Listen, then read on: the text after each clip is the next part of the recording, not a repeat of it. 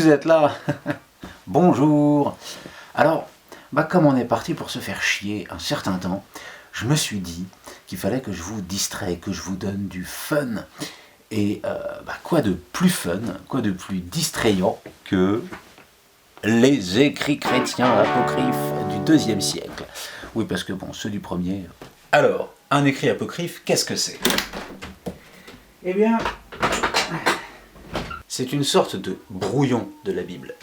C'est-à-dire un truc que des mecs ont écrit, des sortes de chrétiens, des débuts de chrétiens, des proto-chrétiens, qu'ils ont écrit en se disant « ça on va le mettre dans la Bible ». Et puis ça n'a pas été gardé parce que c'était trop con.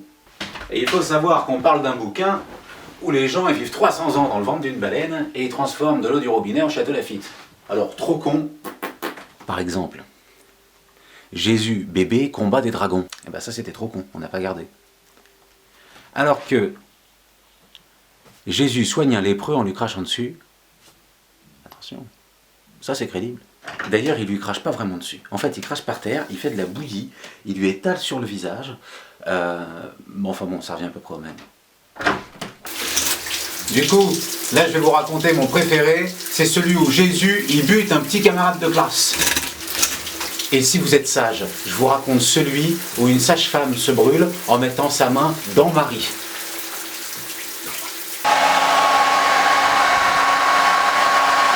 Alors le vrai nom de ce truc, c'est l'Évangile de l'enfance selon Thomas. Donc Jésus là, il est à Bethléem, il a 6-7 ans, et il fait comme tous les petits Bethléemites, il tape un foot avec les copains. Alors là, Jésus, il est devant le but, il s'apprête à tirer, à faire le tir du tigre de Mark Landers. Quand tout à coup, il y a un petit con qui arrive par derrière, et qui lui fait une putain de balayette dans le tibia.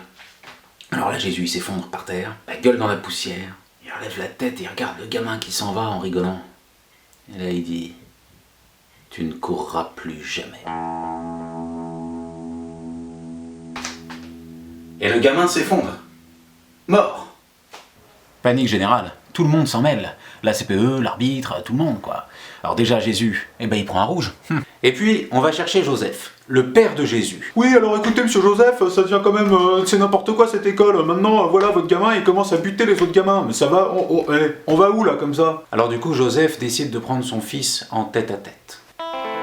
Et donc, Jésus, qu'est-ce que c'est cette histoire? T'as buté Shlomo? Shlomo, c'est un infidèle, hein. C'est un infidèle. Shlomo, c'est un infidèle. Bon, il m'avait fait une balayette. Mais putain, Jésus, tu vas pas commencer à buter tous les gens qui te font des balayettes, enfin c'est pas possible. Alors tu vas aller voir la maman de Shlomo, et tu vas aller ressusciter Shlomo. Tu me parles pas comme ça, d'accord, hein. Je te rappelle, t'es même pas mon père, hein. Parce que mon père, c'est Dieu, wesh. C'est Dieu, putain, mon père, d'accord, ok?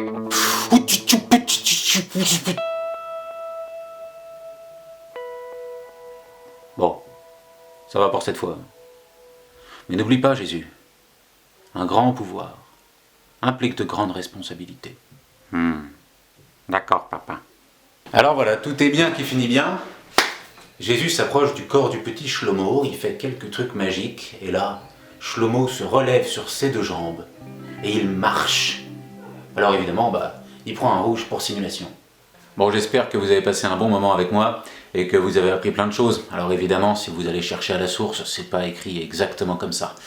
Sur ce, je vous souhaite une très bonne journée, et moi, je vais dans mon petit jardin. Ça y est, je suis dans mon petit jardin.